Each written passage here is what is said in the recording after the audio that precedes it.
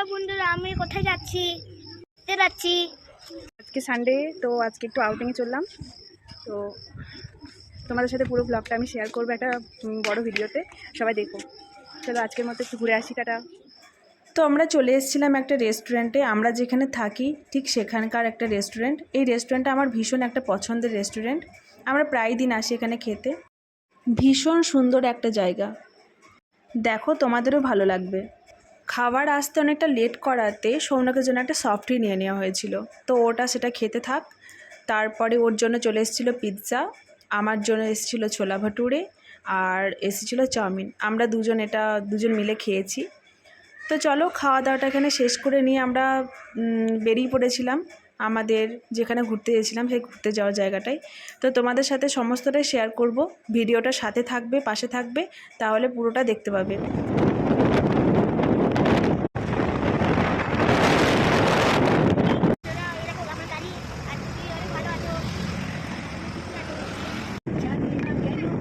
In 500 meters, keep left.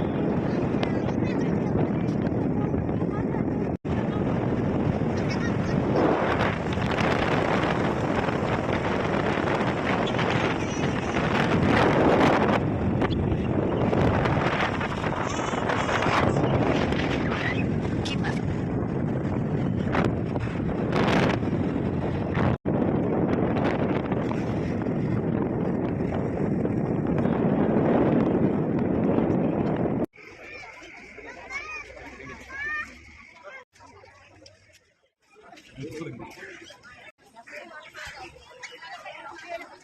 Finally আমরা চলে এসেছি, আমরা যে জায়গায় ঘুরতে এসেছি ঠিক সেই জায়গাটা।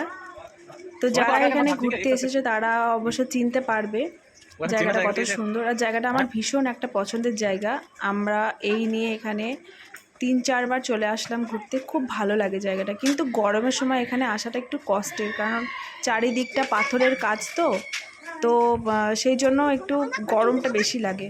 লাস্টে তো আমাদের হালত পুরো খারাপ হয়ে গেছিলো, ভিডিওটার সাথে থেকেও দেখতে পাবে।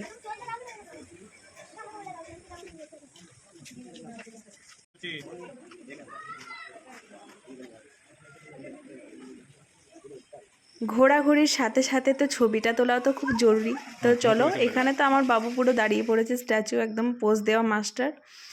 তো এরপর আমরা চলে গেছিলাম আর একটা পয়েন্টে।